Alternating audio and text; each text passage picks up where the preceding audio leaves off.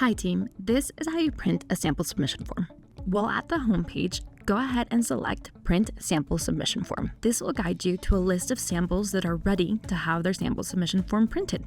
Once you have selected the samples to be on the sample submission form, you will go ahead and click Submit Samples. There will be a pop-up thanking you for your sample submission and letting you know to save the PDF that will appear in the next pop-up.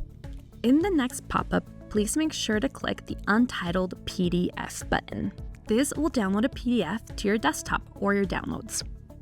This PDF will have the testing listed out for each sample, and it will also have a special instructions section at the very bottom, in which you can write any special instructions you may have. We will also need a signature and the date the samples were shipped or the date the courier picked up the samples. Once done, you can click the blue Home button and it will direct you back to the home page.